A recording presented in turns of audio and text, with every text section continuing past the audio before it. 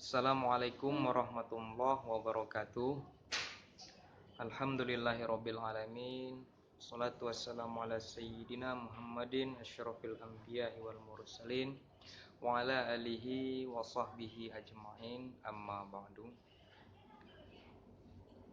Qala rabbi shrah li sadri wa yassir li amri wa hlul 'uqdatam min lisani yafqahu qawli. Amma ba'du. Anak-anakku semuanya, para siswa dan siswi SMP Kota Bandar Lampung, SMP 7 Kota Bandar Lampung yang dirahmati oleh Allah. Semoga kalian dalam keadaan sehat semuanya dan dalam lindungan Allah Subhanahu wa taala. Pada kesempatan ini, pada video kali ini kita akan membahas tentang minuman keras, judi dan pertengkaran atau perkelahian. Kalau di sebelumnya kalian sudah mendapatkan tugas-tugas, maka untuk di bab ini akan dimulai dari penjelasan terlebih dahulu tentang menghindari minuman keras, judi dan pertengkaran. Sebelum kita masuk ke dalam bab tersebut, bahwa perlu kita mengingatkan terlebih dahulu yang namanya diri kita sebagai makhluk hidup, sebagai manusia, sebagai makhluk ciptaan Allah, ini diberikan aturan-aturan. Jadi kalau seandainya kita ini sudah sadar diri kita sebagai hambanya, maka wajib bagi kita untuk mengikuti aturan yang diberikan oleh Allah kepada kita semua. Karena semuanya itu ada aturan. Termasuk seperti kalian pergi ke sekolah atau belajar di sekolah pun ada aturannya.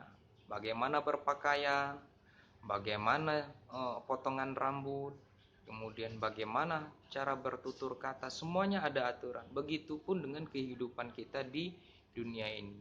Semuanya memiliki aturan yang itu wajib untuk kita taati. Kalau tidak mau mentaatinya ya jangan hidup di dunia, kan seperti itu ya. Nah, jadi aturan tersebut sudah dimasukkan oleh Allah atau sudah tertera di dalam Al-Quran Al-Karim. Salah satunya yang kita sebutkan dalam bab ini, yaitu kita dilarang oleh Allah untuk mengkonsumsi minuman keras. Kemudian dilarang oleh Allah untuk berjudi. Kemudian dilarang oleh Allah untuk bertengkar atau berkelahi. Kenapa hal tersebut dilakukan, dikatakan demikian?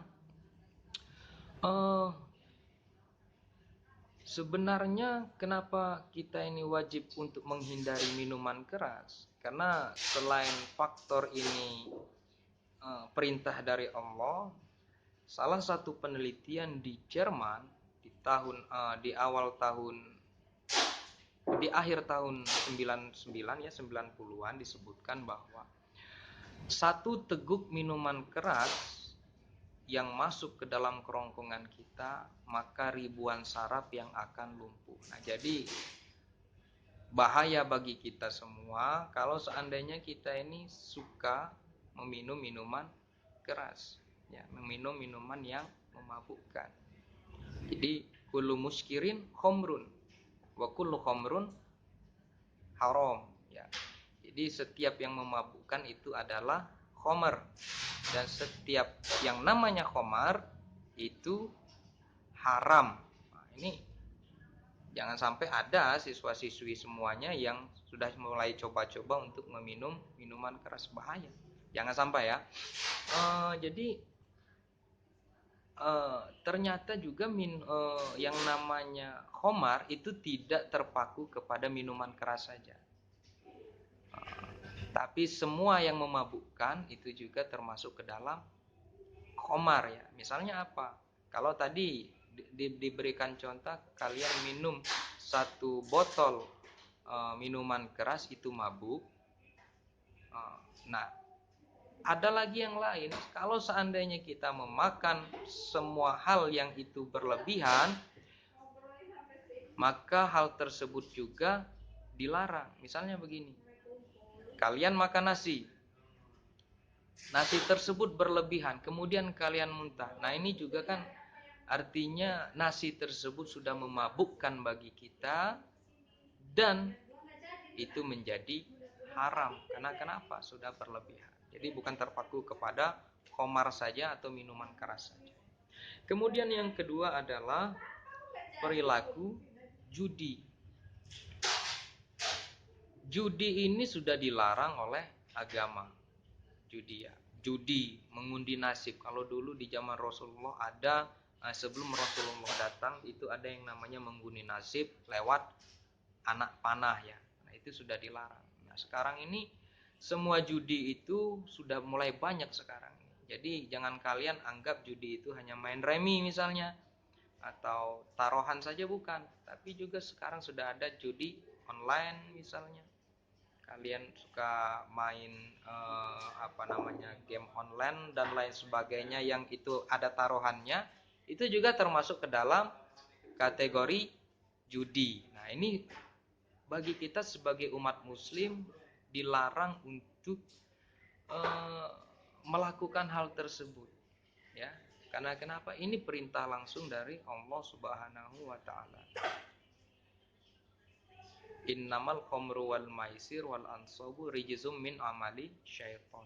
Jadi perbuatan tersebut itu termasuk ke dalam perbuatannya syaitan. Jadi kalau kalian merasa syaitan ya dikerjakan saja ya. Tapi kalau bukan syaitan silakan dihindari. Apa tadi?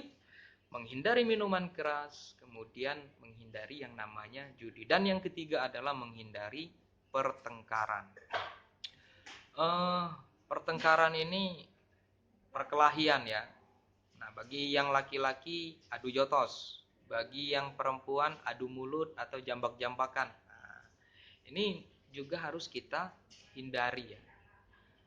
Hindari juga. Karena kenapa?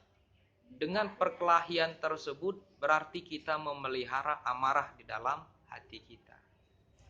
Orang yang memiliki amarah yang tinggi di dalam hatinya, maka seumur hidupnya dia akan dikelilingi oleh syaitan-syaitan. Jadi jangan sampai ketika kalian marah atau kita semua ini marah, maka Rasulullah memberikan perintah, kalau seandainya diri kita ini marah terhadap sesuatu, maka duduklah. Dengan duduk, kalau seandainya kita marah, maka berwudulah. Kalau seandainya sudah wudu masih juga marah, maka duduk.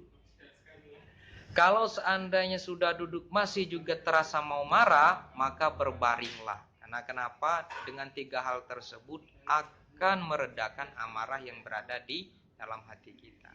Dan bagi orang-orang yang suka marah ini hidupnya tidak akan tenang ya. Karena hatinya diselimuti dengan hal-hal yang berbau kemarahan semuanya. Nah, itu tiga hal ya. Kemudian di dalam bab ini juga kita diminta untuk mempelajari tentang qalqalah. Ada berapa huruf qalqalah? Ada berapa bagian? Ada berapa kategori huruf qalqalah ini? Jadi qalqalah ini kan terbagi menjadi 2 ya. Qalqalah sugro dan qalqalah kubro. Sugro itu artinya kecil, cilik, lunik. Nah, kalau bahasa Lampungnya lunik. Kalau qalqalah kubro itu yang berarti qalqalah besar. Nah, ada berapa huruf qalqalah? Huruf qalqalah ada 5 ya. Jadi untuk memudahkan kalian menghafalkan huruf qalqalah, kalian bisa memakai cara yang Bapak biasa gunakan ya. Hurufnya adalah ba, ja, dal, to, ko. Biar enak menyebutkannya, disingkat jadi baju di toko ya. Ba, jim, dal, to, Jadi huruf qalqalah tersebut qalqalah sugro dan qalqalah kubro. Kalau qalqalah sugro itu huruf qalqalahnya ada di tengah-tengah ayat. Kalau qalqalah kubro, huruf qalqalahnya itu berada di akhir ayat. Nah, Bapak kasih contoh qalqalah kubro. Qul huwallahu ahad. Jadi ahad. Jadi kan memang huruf qalqalah itu harus mantul ya.